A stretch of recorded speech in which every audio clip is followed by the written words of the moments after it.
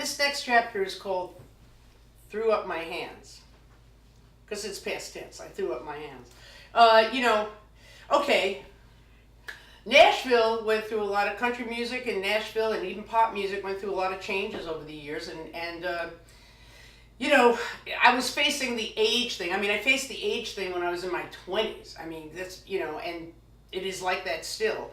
So, due to the age thing, I kind of felt I was mentoring and I was sort of like hanging in there, but I kind of didn't have any hope and any desire really to do a record, my own CD and promote it. I did my blues CD actually, and I missed that on one of the chapters.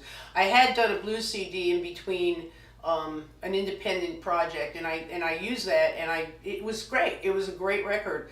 But I really didn't make a living off of it. I did house concerts and I did some gigs, but it was really hard to make a living off of that. And it's hard to make a living in the blues world anyway. So, and that's where my roots are. But I do rock, pop, and I do everything. I write everything, and I can sing mostly anything. So, I kind of threw my hands up and just figured, I wasn't into like trying to do a Kickstarter project. That would never happen. And asking people to like me on Facebook seemed ridiculous. I just wasn't into any of that. And but I don't know, for some reason I just sort of kept doing what I was doing, mentoring, writing. I just write songs because that's what I do, and I like to co-write. I like the people. I like the work.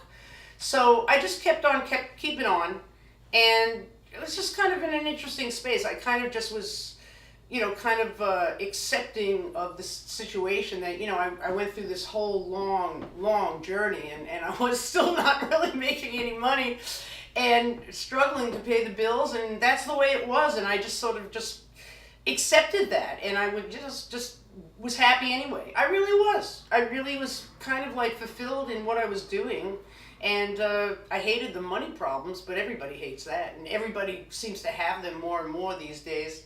So anyway, that's that chapter, and stay tuned.